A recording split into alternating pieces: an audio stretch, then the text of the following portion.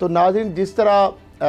बात हो रही है कि एक शो का नोटिस जारी किए गए बिलावल भुट्टो जरदारी साहब ने, और जिस तरह उन्होंने कहा था कि हम जाराना जवाब देंगे, और पीपल्स पार्टी की जानब से ANP की जानब से उस पर शदीद रद्द-ए-अमल सामने आया था, और उनकी जानब से ये कहा गया था, मैं आज खुर्शीद शाह साहब की प्रेस कॉन्फ्रेंस सुन रहा था,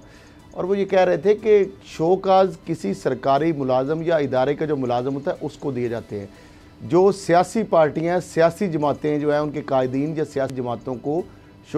शोकाज नोटिस नहीं दिए जाते। तो अब मामला ये है कि जिस तरीके से नाज़रीन आप देख रहे हैं कि जो पीपल्स पार्टी की जानब से जिस तरह से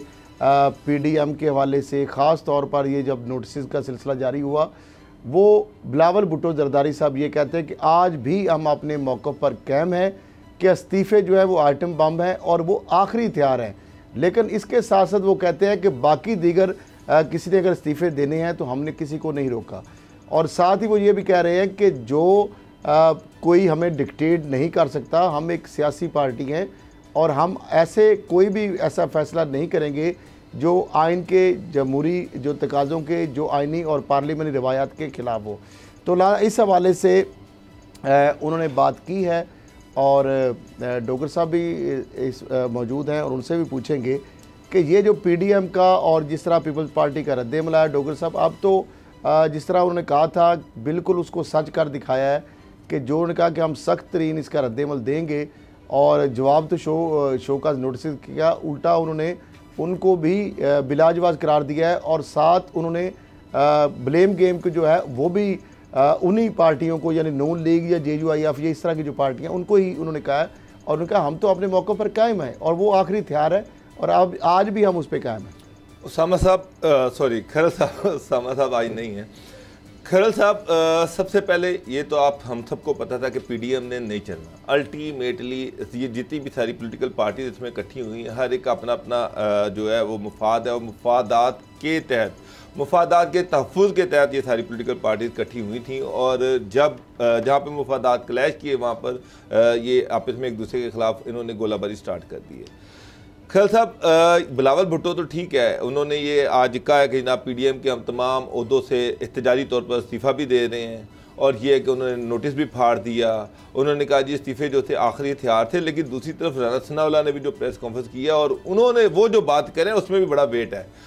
राना सनाउल्लाह ये कहते हैं कि जनाब बिल्कुल ठीक है, हम पहले दिन से पीपल्स पार्टी का मौक़िफ़ इस्तीफ़ों के हवाले से क्लियर है कि इस्तीफ़े नहीं देने चाहिए, इसको आखिरी हथियार के तौर पर इस्तेमाल करना चाहिए।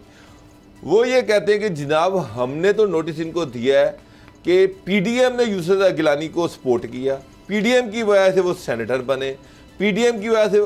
उनको जो था चेयरमैन सेनेट का उन्होंने इलेक्शन लड़ा, और अब अपोजिशन लीडर बाप के 10 बंदे डाल के उन्होंने जो है वो अपोजिशन लीडर बन गए हैं। पहले तो बात यह है कि जब वो सेनेट का इलेक्शन लड़ रहे थे, बाप कहाँ खड़ी हुई थी? जब वो चेयरमैन सेनेट का इलेक्शन लड़ रहे थे तो बाप किसको सपोर्ट कर रही थी? बाप हुकूमती कैंडिडेट को सपोर्ट कर रही थी, यानी कि बाप जो थी वो हुकूमत के साथ थी। अब वो चेयरमैन जो है उसका अपोजिशन लीडर का बाप को साथ में ला के अपोजिशन लीडर बन गए हैं। तो पहले तो ये क्लियर करें कि बाप कहाँ खड़ी हुई है। बाप अगर अपोजिशन में खड़ी हुई है तो फिर अपोजिशन लीडर क्यों? फिर उनको चेयरमैन बनाते हैं, क्योंकि वही 7 सीटें बाप की भी हैं, बाप की सीटें मिला के तो इनके पास 60 सीटें हो जाती हैं। तो फिर हम इनको चेयरमैन बनाते हैं, ये अपोजिशन लीडर क्यों बन रहे हैं? बात तो बड़ी क्लियर है, बात इस्तीफ़ों की नहीं है, बात यह है कि अपोजिशन लीडर कैसे बने। वो तो कह रहे हैं कि इस पे पीपल्स पार्टी से हम इस पे वजाहत मांग रहे हैं, इस्तीफ़ों पे तो हम वजाहत मांग ही नहीं रहे, और पीपल्स पार्टी इस पे वजाहत ही दे रही, वो इस्तीफ़ों पे लगी हुई है। वो एक चीज़ बिल्कुल, ये तो एक चीज़ में आपको, दूसरी चीज़ जो सबसे अहम है, खैर साहब हम इस पे बड़ी डिस्कशन करते रहे हैं। मैं आज आपको फिर कह रहा हूँ कि PDM कोई नहीं टूटी, पहले भी PDM बनी, इख्तिलाफात आए, फिर PDM बनी, फिर इख्तिलाफात आए। जिस दिन इनको नैब ने हाथ डाला, जिस दिन मरियम और आसिफ अली जरदारी पे केस दोबारा खुले, मैं आपको बेट लगा के कह रहा हूं ये फिर दोबारा फील्ड में ये इकट्ठे हो जाएंगे। अच्छा, लेकिन ये सारे आप देख लीजिएगा, सारे इख्तिलाफात भूलेंगे और ये फिर बिलावल और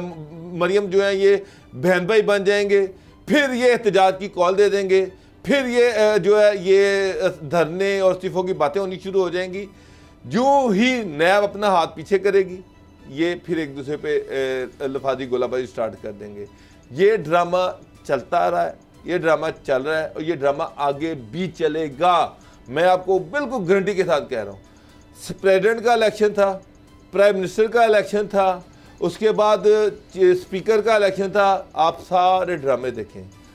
जब ये सारे एक दूसरे के खिलाफ खड़े हुए थे, एक दूसरे उस वक्त एक दूसरे जूतों में, जैसा जो लफ्ज़ आप यूज़ करते हैं ना, जूतों में उस वक्त दाल बट रही थी।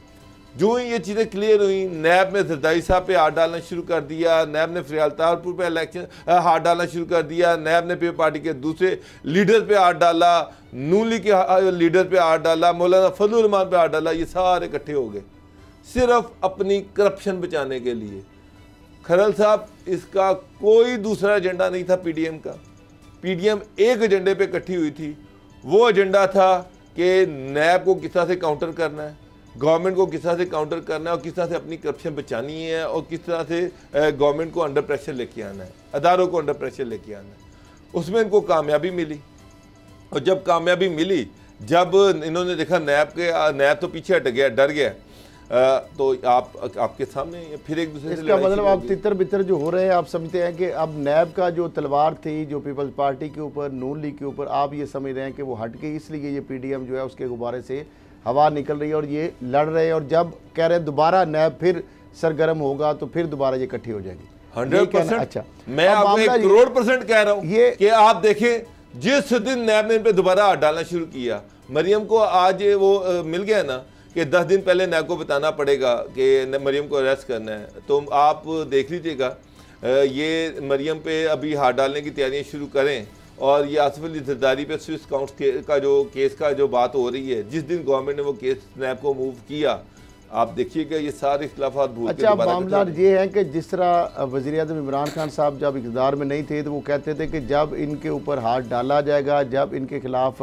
घेरा तंग होगा तो ये सारे चोर डाकू जो है इकट्ठे हो जाएंगे। वो आपने माजी में देख लिया कि जिस तरह जब ये नैब एक्टिव था और ये सारी पार्टियां जो है एक पेज पर नज़र आ रही थी, पीडीएम जरदारी साहब हों, बिलावल भुट्टो जरदारी साहब हों, मरियम साहब हों, नवाज शरीफ साहब हों या फजलुर रहमान हों, लेकिन जो ही इनके ऊपर हाथ हल्का हो रहा है उसके साथ साथ ये आपस के अंदर इनके ज़ाती इख्तिलाफ़ात सामने आ रहे हैं। अब मरियम साहब ये कह रही हैं कि जो बिलावल भुट्टो जरदारी साहब ने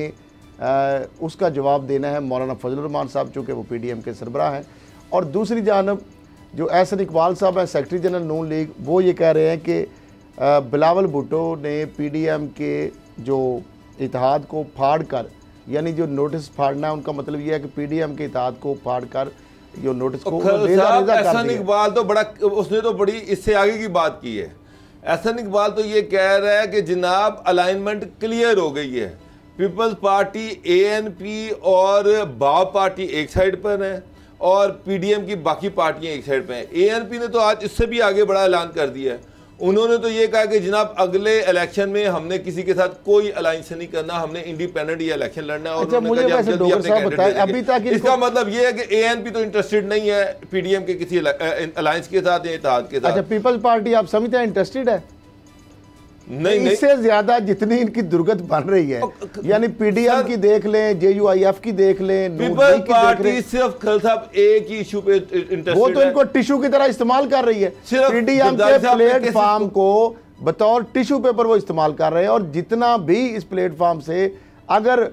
फायदा हासिल किया या सबसे ज्यादा अगर बेनिफिशरी हैं तो वो तो आसिफ जरदारी साहब है। ना फजलुर रहमान साहब को कुछ मिला, आपने इलेक्शन में भी देखा, डिप्टी चेयरमैन नहीं मिले। मरियम नवाज जो है उसने भी इस्तेमाल किया, वो अपने बाप की रहाई के लिए कैंपेन चलाती रही है। उनके बाप को तो कुछ भी नहीं मिला, वो तो भगौड़े हैं, अदालतें उनके पीछे हैं। सब्सक्राइब करें और बेल दबाएं ताकि कोई खबर रह न जाए।